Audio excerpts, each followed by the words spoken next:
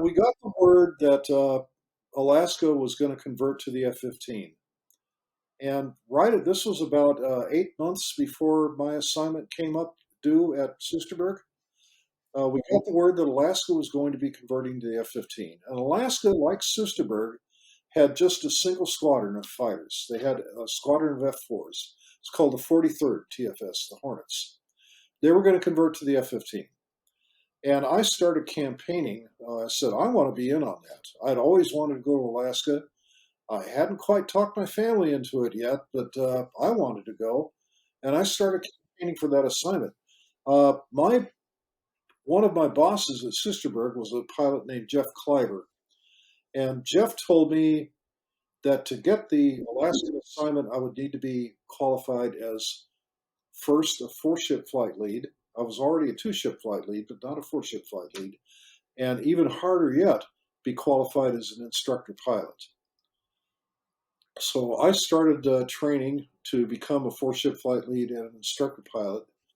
I had my instructor pilot check ride about 2 weeks before I was actually able to get the Elmendorf assignment. So I was really excited. We went from the Netherlands with a quick stop to see my parents in Missouri, pretty much straight up to Alaska. Uh, when I got to Alaska, there was one other F-15 pilot there, a fellow named Larry Crumrine, who had been with me at Soesterberg, but he had left Soesterberg about 2 months before me. Larry was a lieutenant colonel. He was one of the older guys. Larry was destined to be the new squadron commander at some point after we converted to the F-15. Anyway, Larry and I were the F-15 cadre at Elmendorf, and there were no F-15s there yet. It was still an F-4 squadron. Larry and I developed the training plan uh, to get the F-15s up to speed when we actually got airplanes. About a week after I got there, we got a couple of F-15s, but they went straight to maintenance so they could start training maintenance troops to work on them. And we had been there for about a month and a half before we actually got to fly our own F-15s. The first day that we had flyable F-15s, and by now we had two additional new F-15 pilots, members of the cadre had come up. We scheduled a four-ship, a 2v2, what we call air combat training, which was the standard mission, standard training mission for the F-15. You either go out as a two-ship to fly basic fighter maneuvers, two-ship BFM, or you go out as a four-ship and you fly air combat training, 2v2. We scheduled a 2v2. Larry and I got called up to the DO's office at Wing Headquarters immediately and had to explain why we were going to do something so daring, because in the F-4, they never did anything more than ACM, air combat maneuvering, which is one F-4 versus two F-4s. And they were all like canned setups. This is to avoid mid-air collisions primarily. We had to explain that we had just both come from 3-year tours at Sisterberg, that we did 2v2s every day, that we had a great radar. We were not a bit worried about mid-air collisions, and we were able to carry the day and fly our 2v2. But that's how we got off to a kind of a slow start at Elmendorf. But then the guys that had been picked to convert from the F-4 to the F-15, like with Soesterberg, they came back up from Luke. We got all of our jets. We started flying. The F-4s went away, and we became Alaska's F-15 squadron. I had a Datsun 280Z at the time I was very, very proud of. I got license plate frames that said Top Cover for America, and I got custom plates that said F-15. Now, we were flying old A models, 1974 tail A models, early jets. The whole time I was at Elmendorf, we had A models and a couple of Bs. So that's what we flew up there. We had two alert bases, one about 300 miles to the north of Anchorage at a little Yukon River town called Galena. That was one of our alert bases. The other one was out at King Salmon, which is out on that part of Alaska just before the Aleutian Islands break off on that kind of peninsular area. So we would either have two aircraft and two pilots on alert at Galena all the time, another two pilots and two jets on alert at King Salmon all the time. Everybody else was hunkered down at Elmendorf. Uh, so that's kind of how we worked it in those days. We would occasionally go up to Eielson, but mostly we went to the alert bases. Our primary mission was to defend the ADIZ of Alaska, and the Soviets in those days were fairly active. I had several intercepted Bear bombers when I was up there. I had a Badger at one point, and I had a Colt, uh, or a Coke rather. Uh, every winter, when the ice packs started breaking up in the Bering Strait, the Russians would send a little twin-engine turboprop airplane, rather like the Fokker 27, the high-wing twin turboprop. Anyway, it was a high-wing twin turboprop, uh, and they would patrol the Bering Strait on a north-south orbit. They were reporting on the breakup of the ice pack, which was information that the Soviet submarine fleet needed. This was a routine mission that the Russians flew. I remember getting scrambled one day on one of these. The trouble with these back then, we had little radar sites all over Alaska, all looking at Soviet direction. Uh, the trouble with these radars in those days was that they had a hard time with propellers. And as I got scrambled, it was initially against one target in the Bering Strait. And my wingman aborted right after takeoff. He had some problem with his aircraft. So I'm going out there single ship in a fully armed F-15, 4 radar missiles, 4 heat-seeker missiles, full gun, against this unknown target in the Bering Strait.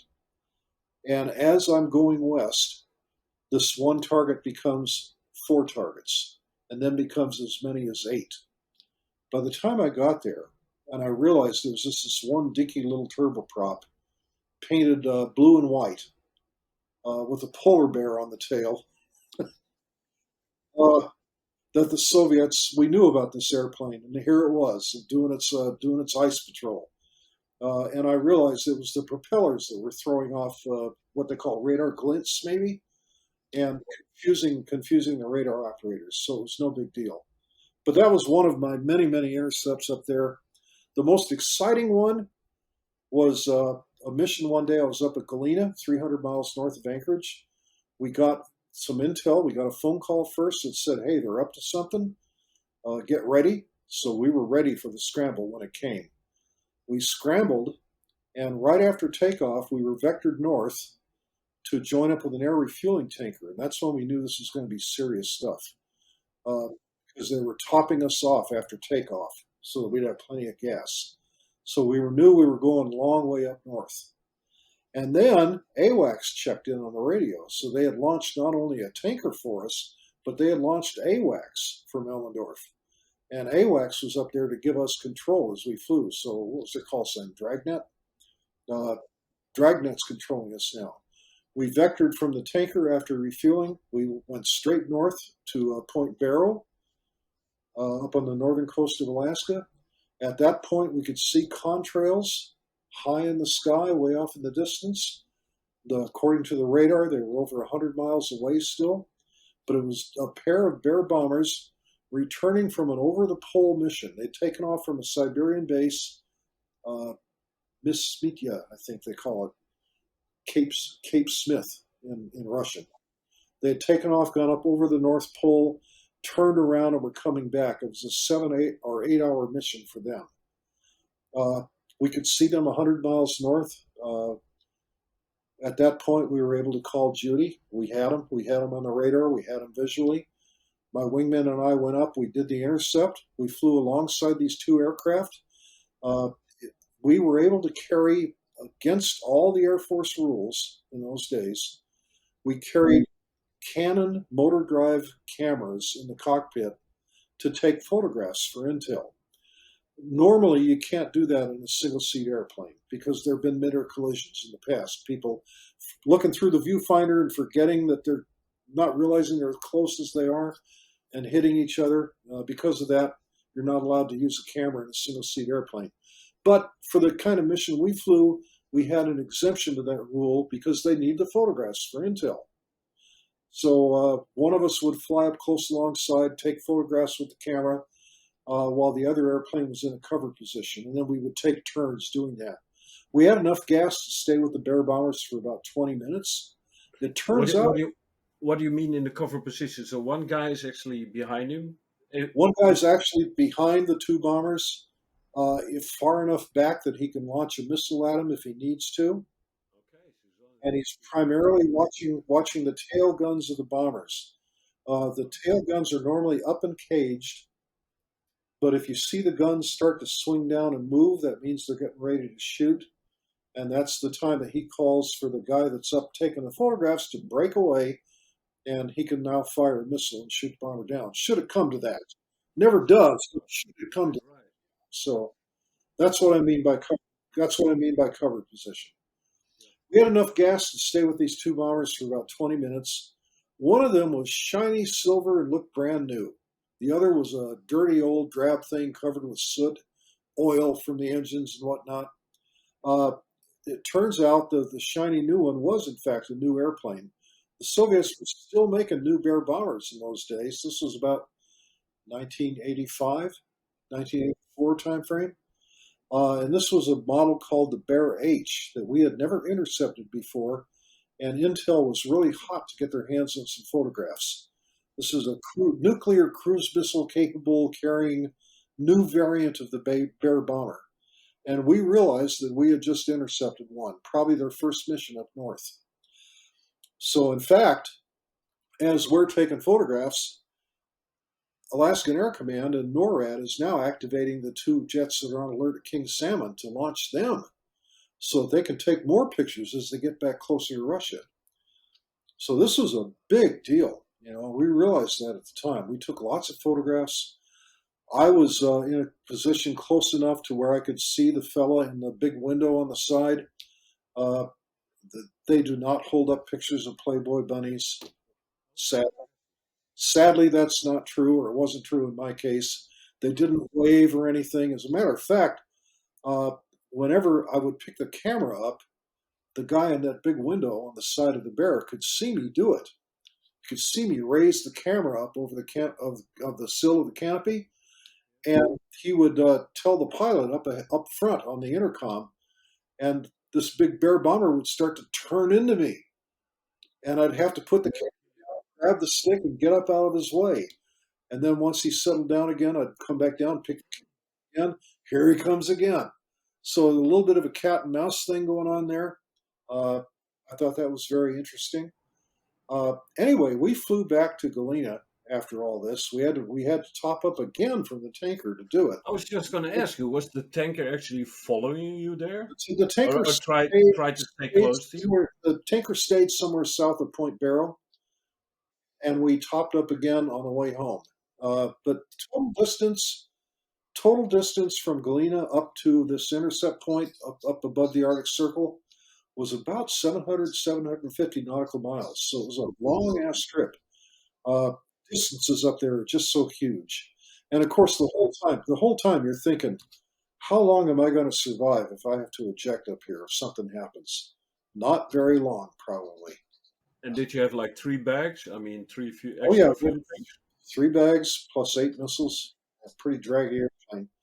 Uh, Anyhow, uh, we got back to Galena. We did a low pass over the tower. We landed. There was a C-12 already on the ramp up from Elmendorf.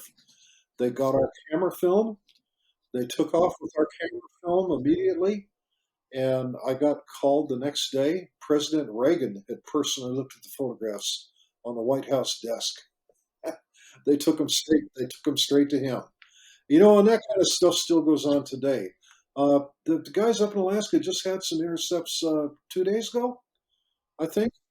Only what they're doing now that they didn't do in my day was we're sending flankers along with the bears. So they have fighter escorts now. So when you intercept a bear bomber these days up there, there's going to be a flanker alongside. And I think they have to launch one of their own tankers for the flankers because I think they're range limited just like F-15s are, and F-22s they have up there now are even more range limited than the F-15 was. Uh, You wonder where they come from then, those flankers, right? Yeah, you wonder. Could it be like carrier based flankers? No. No, no, they're stationed out at those Far East bases, Far East Military District, whatever they still call it. Siberia. Yeah, yeah. Vladivostok, points north. They've got several bases up on that coast. And they're pretty noisy, yeah, these Tupolev I did 95s, want to right? mention that too. Yeah, when you get within about two plane widths, I mean F-15 plane widths of the air bomber, you can hear it. Those big counter-rotating props, it goes wah wah wah. I don't think they're ever in sync. I think there's too many propellers to keep it all evenly matched. But the wah wah wah, it's a big, intense vibration. You can feel it through your F-15 canopy, through your helmet, through all the ambient noise of your own speed and jet engines. You can hear that bear bomber when you get close to it. I can't Imagine those guys inside, right? imagine what it's like for those guys inside.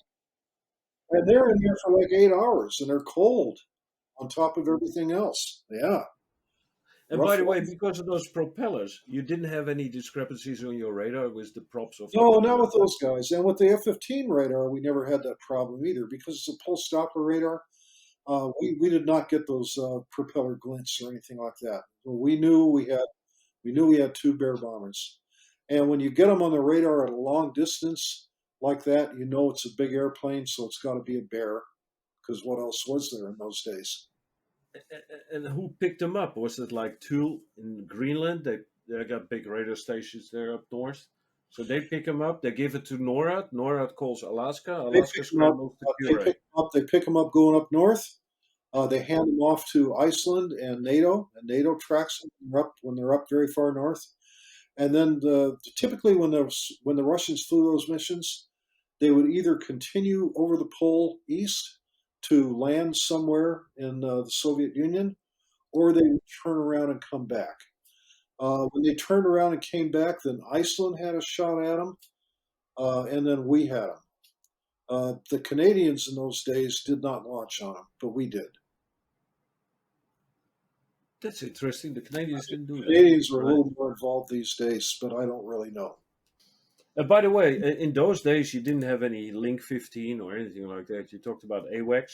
AWACS is basically giving you the vectors, Our link, radar. link our link with AWACS was strictly over the radio.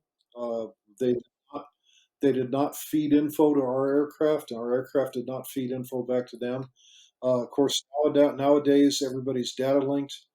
I did not get to fly in the data linked era that came just after I retired, so I cannot say firsthand how that works, but I understand that it works pretty damn well, and that your situational awareness now, flying an F-22 or an F-35, is miles above what our SA was back in my day.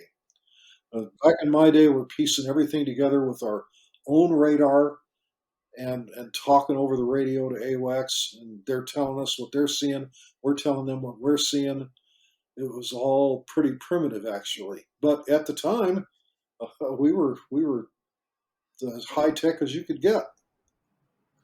And the rules of engagement when you were in Alaska was like you got the trigger cocked and you can shoot when We were necessary. not supposed to ever arm up or anything like that, so we would keep the master arm switch off. Uh, but you had to be ready to do it just in case. Like I talked about watching those tail guns. That was always a possibility. That never happened. God, if it ever did happen, oh, who knows? World War III, I don't know. Were you in Alaska when this Korean Airlines 007, I believe, was shut down? That was an interesting story. We played a part in a very small part in that. Now, this is according to Seymour Hersh, an American journalist who wrote a book. He wrote a book about it afterwards. All I knew at the time was there was a Fleet X in the Northern Pacific, just south of the Bering Strait area. The Navy had two carrier battle groups out there. They had never done two carrier battle groups before. It was called a Fleet X, a fleet exercise.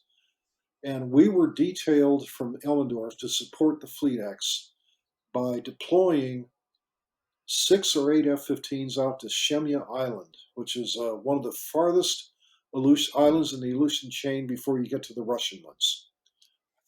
The next island over was Little Diomede, the Russian island.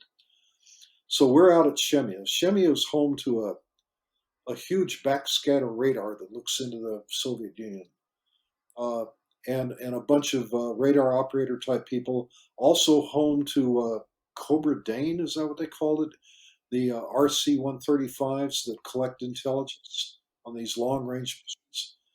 Uh, and we sent 6 jets out there. I was one of the pilots who got to go. God, Shemya is a desolate, desolate place. But there's several hundred American Air Force people stationed out there. One big building with lots of underground floors, clubs and whatnot, little BX, cafeterias. We had great fun out there, and then we got to fly these missions. The Navy, of course, the Soviets would send out Bears and Badger bombers to take a look at the Navy fleet. And sometimes the Navy couldn't intercept them all, and they would scramble us from Shemya to get intercepts too. I had a couple of Badger intercepts out there, and one of my squadron mates actually intercepted a Bison, the old 4-engine swept wing jet bomber. There were hardly any still flying in those days, but they flew one, and my friend of mine got to intercept it. Uh, so anyway, all this was going on, and this was about 2 weeks before the 007 shootdown. According to Seymour Hersh, that Fleet X had the Soviets just spun up on highest possible alert, and that immediately afterward, when that KAL 007 started heading for Sakhalin Island, I believe it was, one of the northern Japanese islands that the Soviets occupied right after World War II. Uh, they thought it was the RC 135 out of Shemya. They thought it was the Cobra Dane. And according to them, late at night in the darkness, they couldn't really tell that it was a civilian airliner. They thought that the shot was legit. They shot down what they thought was the RC 135. And that whole thing was because they'd been spun up by this Fleet X. And so, in an indirect way, the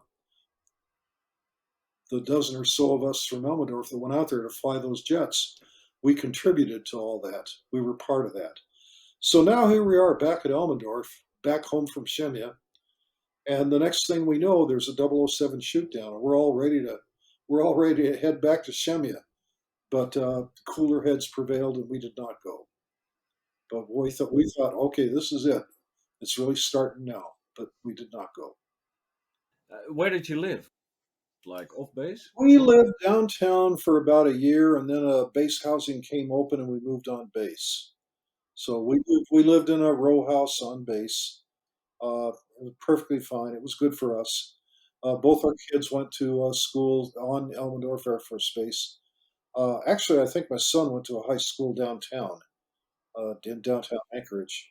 We knew Anchorage pretty well. We went skiing on the weekends to Alyeska, the resort down there. In fact, Donna and I rented a condo one Saturday and Sunday night a month, and we would share it with squadron mates. We'd go down together in a group and go skiing. We took side trips to Whittier and Valdez, of course, Fairbanks. Um, we went down to the Homer Spit, fished for crabs. We loved Alaska. I was able to go salmon hunting. I was able to go hunting for a mountain goat once. Didn't get one, but went hunting. Uh, Everything you think about living in the great outdoors, Alaska is the place to be. In fact, it always struck me that senior enlisted people and several officers that were getting close to retirement would get assigned up there, and they would stay. They would make it their new home. So a lot of the people that live up there now came up there through the Air Force or the Army and retired up there because it's just such a great life. Uh, Donna always said she loves Soesterberg. She'd go back in a second. She'd go back to Alaska in a second. I'll tell you what really surprises me. She'd go back to Japan in a second. She loved Japan, but that comes later. In the wintertime, it must be like dark and It's dark. It's dark. Well, even the Netherlands, as you know, how you're up so far north that you have very, very long nights in the winter. Just add a few degrees of intensity to that for Alaska. Going up to Fairbanks now, that was a trick. Uh, I went up there for winter survival. I've been deployed up there a couple times in the winter. Up there, you're up far enough north that the sun will rise. It'll come just above the horizon and it'll kind of move laterally on the horizon and then it will disappear. That's daylight. Uh, that's all you get in the winter up in Fairbanks. Farther north than that, you don't even see anything. But you get used to it, like anything. You get used to it. And of course, in the summertime, oh my God, there we'd be at our base house in Elmendorf. We'd be having a barbecue in the backyard. All the neighbors would be over. Everybody's talking and drinking beer and just having a good time. The kids are playing. You look at your clock, it's midnight. The kids are still up. They got school in the morning. Kids, get to bed. You just lose track of time. It can be wonderful. It really can. and you did water survival in Alaska? I did water survival at Homestead, right outside of Miami. Right after pilot training, I did water survival at Miami. Then they sent us up to Spokane to. Anyway, they did winter survival up there. They called it, which was actually training for being on POW camp. Uh, the same guys that advised the Bush administration, the George W. Bush administration, on torture of detainees were the guys that were at survival school when I went there that designed that curriculum. So I knew those guys when they were a couple of majors. But that was an interesting experience. Survival in the woods in the wintertime, and then a week of POW training. That was interesting. When I got the Alaska assignment, that's when I had to go to Eielson for Arctic survival, was what it was called. And that was in the month of January, 30, 40 degrees below. We spent 3 nights in the woods, building our own igloos and whatnot. That was an experience I'd rather not do again. But I always tell people if you wanted to start a little survival school like that for civilians, people would pay big money to go to one of those. It's great training.